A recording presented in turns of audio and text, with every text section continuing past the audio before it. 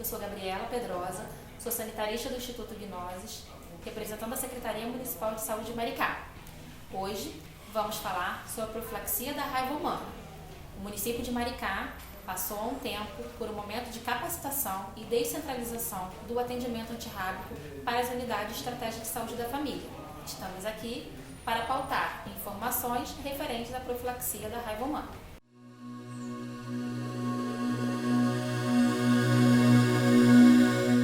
A raiva humana é uma zoonose viral que se caracteriza como uma encefalite progressiva, aguda e letal. Apesar de ser conhecida desde a antiguidade, ela é um grave problema de saúde pública, principalmente nos países em desenvolvimento. Acomete apenas os mamíferos. Todos são suscetíveis ao vírus da raiva e, portanto, podem transmitir e adoecer. Ela é transmitida ao homem pela inoculação do vírus da raiva contida na saliva do animal infectado, principalmente através da mordedura. No Brasil, o morcego é o principal responsável pela manutenção da cadeia silvestre e pelo ciclo de transmissão. Nesse slide, colocamos a avaliação do acidente antirrábico. Nós classificamos ele em 3 etapas: a característica do ferimento, pela localização, extensão e a profundidade, pela classificação do acidente, se ele é leve ou se é grave, e a avaliação do animal, qual é a espécie, condições do animal no momento da agressão, qual é a possibilidade de observação desse animal.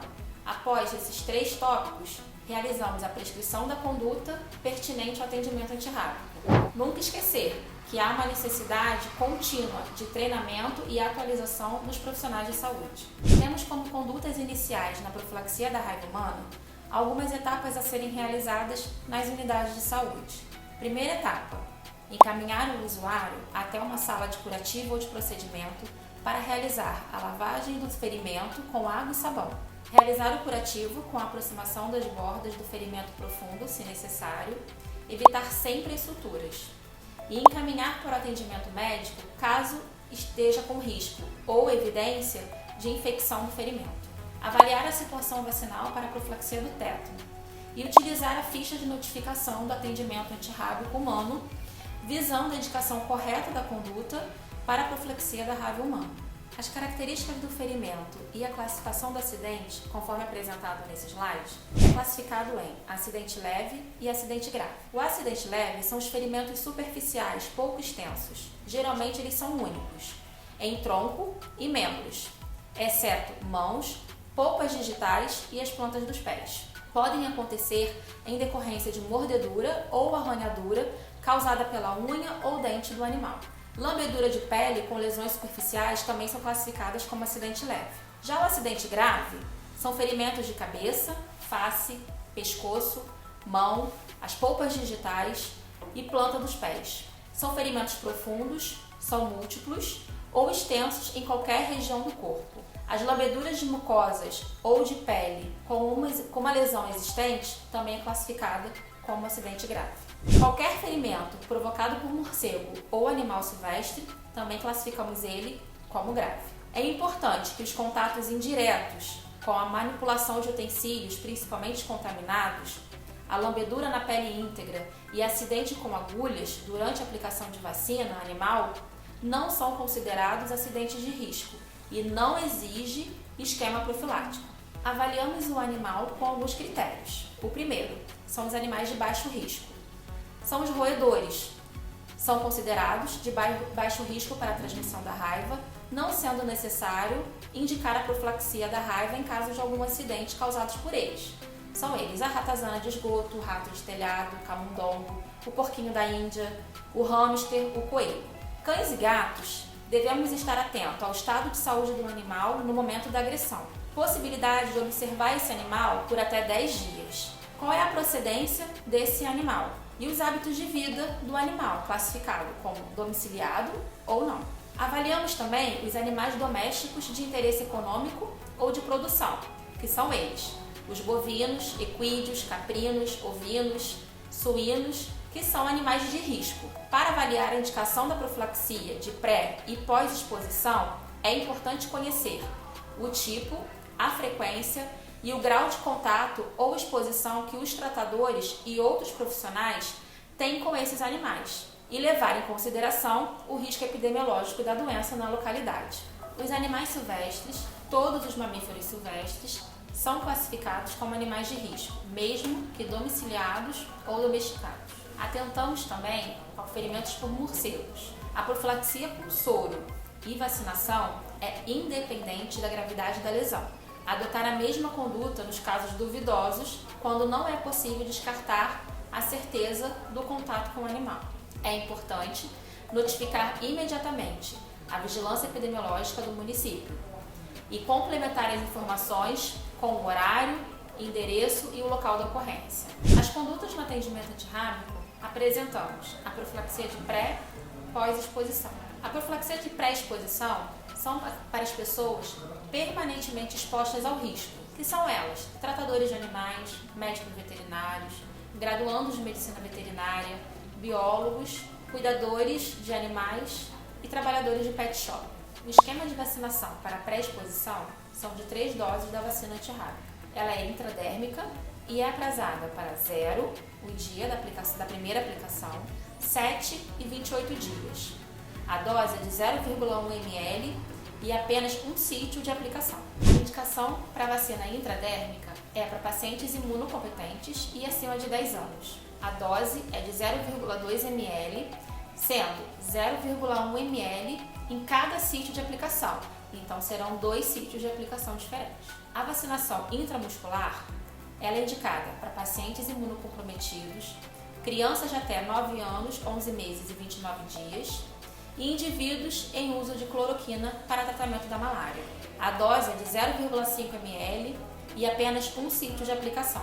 O importante é que é possível iniciar com um esquema por uma via de administração e terminar por outra, porém deve-se respeitar o intervalo da via intramuscular e intradérmica. Por exemplo, se mudar a via de intradérmica para intramuscular, deve seguir os dias da via da intradérmica, que são eles: 0, 3, 7 e 14 dias. Mas se mudar da intramuscular para intradérmica, deve seguir os dias 0, 3, 7 e 28 dias. Apresentamos no próximo slide a conduta de acordo com o animal e a classificação do acidente. Como vocês podem ver, colocamos por coluna o animal, o acidente leve e o acidente grave. Cão, gato observável e sadio é classificado como acidente leve apenas a observação do animal. A conduta em caso de acidente grave serão de 2 doses, o dia 0 e aprazado a 3 dias, mais a observação do animal. Cão e gato observável mais suspeito, classificamos como conduta de acidente leve, 2 doses, D0 e D3, mais observação do animal.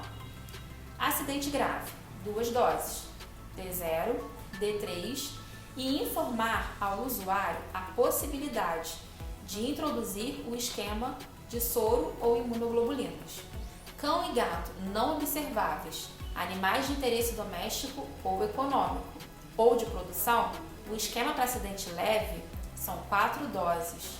Tem o esquema intradérmico, como falei anteriormente, 0, 3, 7 e 28 dias de aprazamento, e o esquema intramuscular, 0, 3, 7, 14 dias de aprazamento.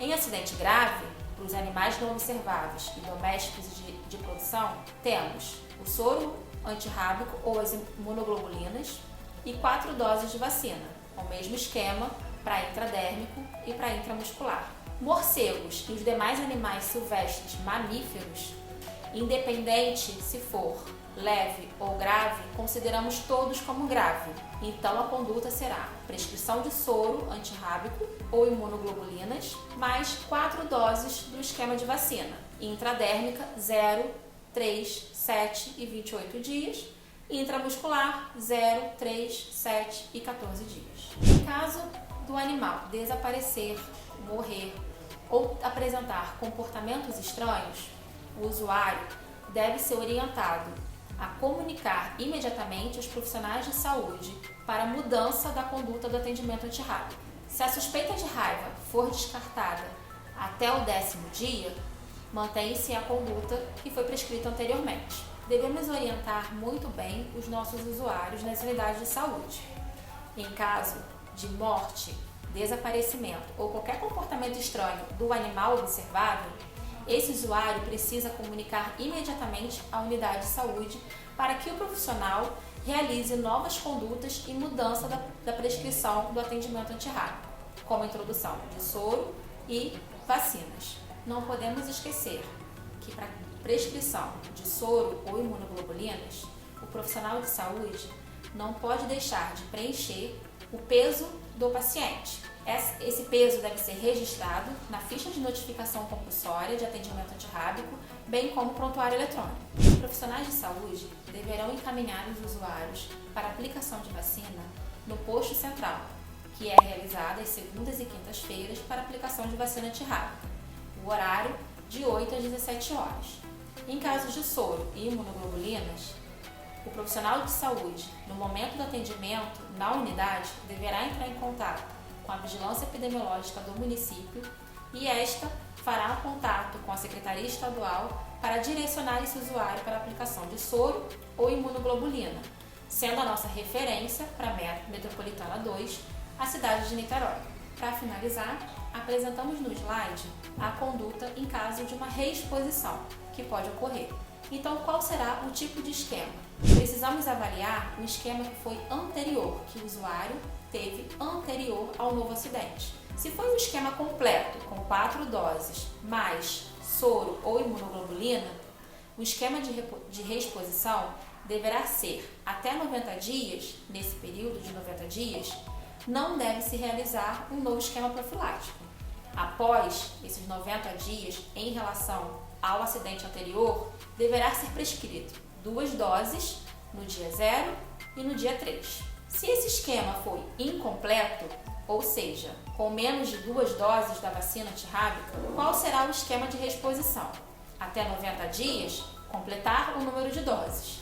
Após 90 dias, ver esquema de pós-exposição, conforme caso a caso. Deve-se avaliar individualmente os casos que receberam múltiplas doses de vacina. Deve-se avaliar o indivíduo caso a caso e avaliar também histórias de aplicação de soro ou imunoglobulinas. Concluímos, então, a apresentação referente à profilaxia da raiva humana.